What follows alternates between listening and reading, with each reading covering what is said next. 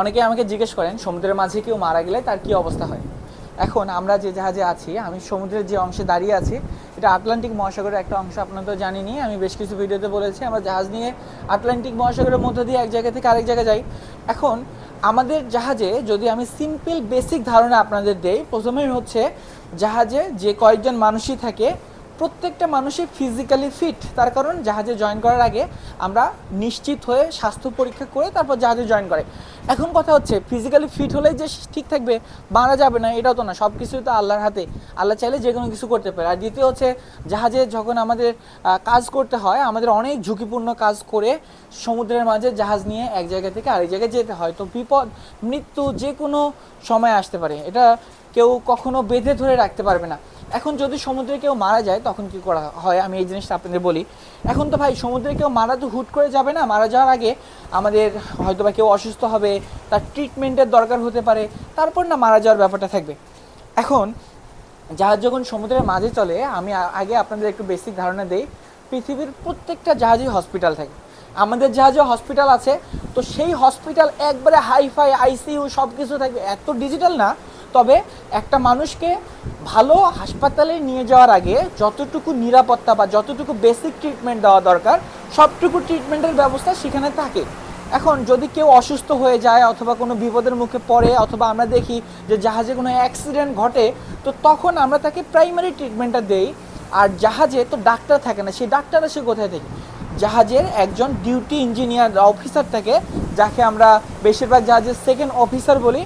তো সেই second officer হওয়ার জন্য তাকে বেসিক একটা মেডিকেলের ট্রেনিং করা থাকে, মানে সে সব কিছুই জানে যে আসলে আর যে কোনো পরিস্থিতিতে জাহাজে যে যে ইনসিডেন্টগুলো হতে পারে, যেমন অ্যাক্সিডেন্ট হতে পারে, কেটে যেতে পারে, অথবা যে কোনো সমস্যা হলে যে যে ট্রিটমেন্টগুলো নেওয়ার দরকার হয় সেই ট্রিটমেন্টগুলো, সেই ব্যবস্থাগুলো সে আগে থেকেই জানে।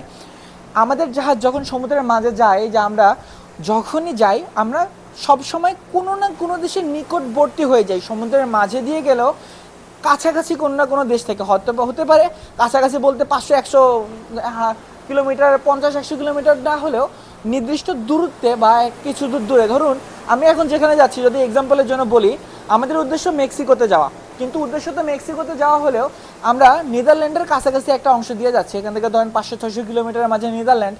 তো এখন যদি আমাদের জাহাজে হুট করে কেউ অসুস্থ হয়, যদি আমরা দেখি যে তার অবস্থা খুবই ক্রিটিক্যাল, তাকে ইমার্জেন্সিতে হসপিটালে নিতে হবে, তো তখন এখানে আমরা আশেপাশে স্যাটেলাইট দিয়ে যে দেশ থেকে সেই দেশের কোস্টগার্ড অথবা হেল্প সেন্টারে আমরা যোগাযোগ করি। তো সেখান থেকে আমাদেরকে ওই লোকটাকে হাসপাতালে নেওয়ার জন্য, ইমার্জেন্সিতে উদ্ধার করার জন্য অনেক সময় হেলিকপ্টার চলে আসে। তো তাকে সেখান থেকে নিয়ে গিয়ে তার ট্রিটমেন্টের ব্যবস্থা করা হয়।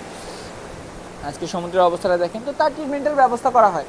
তো এখন এরপরেও আল্লাহ না করুক যদি কেউ মারা যায়, তাহলে তো ভাই এটা এরকম ইনসিডেন্ট যদি খুবই রেয়ার, এগুলো তো তখন তার লাশকে যেন পচে না যায়, এজন্য হয়তোবা আলাদা এমন কোনো জায়গায় প্রিজার্ভ করে রাখতে হবে যেন আমরা নিকটবর্তী কোনো একটা দেশ পর্যন্ত যেতে পারি। তো যদি এরকম কোনো ইনসিডেন্ট হয়, তখন জাহাজ ধরুন আমাদের উদ্দেশ্য হচ্ছে মেক্সিকোতে যাওয়া, যেটা যেতে 17 দিন সময় লাগবে, তো তখন সব কিছুই ডিসিশন নেবে ক্যাপ্টেন আর কোম্পানি। আমরা যে জাহাজে আছি কোম্পানির সাথে ক্যাপ্টেন যোগাযোগ রেখে তারা পরামর্শ করবে যে অনেক সময় কি করা হয়। আমি যেমন একটু কিছুদিন আগে এক ঘটনা শুনেছিলাম।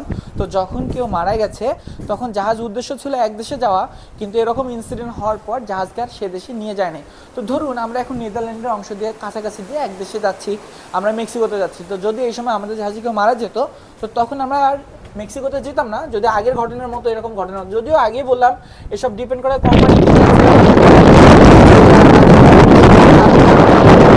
যদি এখানে বাতাস এরকম, তবুও যদি এরকম হতো, তো লাস্ট যে ইনসিডেন্টটা ঘটেছিল সেই ইনসিডেন্টের মতো হলে আমরা আমাদের জাহাজ নিয়ে এইরকম নেদারল্যান্ডে গিয়ে সেই লোকটাকে নেদারল্যান্ডে যেতাম। নেদারল্যান্ডে যাওয়ার পর সেখান থেকে পোর্টের পারমিশন ফর্মালিটিস সব শেষ করে তারপর আমরা সেখান থেকে তাকে নামিয়ে আমরা ওই দেশ থেকে হয়তো বা তাকে প্লেনে করে তার দেশে পাঠিয়ে দেওয়ার ব্যবস্থা করতাম। তার কারণ 17 দিন জাহাজে লাশ রাখার তো কোনো জায়গা নেই, এখানে রাখলে তো কেউ ঠিক থাকবে না।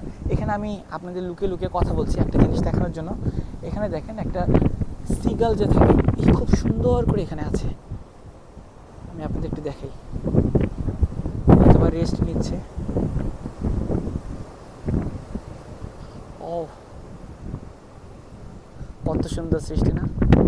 তো এখন সেসব কথা থাক, যেটা বলছিলাম আমি আপনাদের শর্টকাটে যদি আমি আপনাদের এক কথায় বোঝাই দেই, জাহাজে এরকম ইনসিডেন্ট খুবই রেয়ার, স্বভাবত এগুলো হয় না।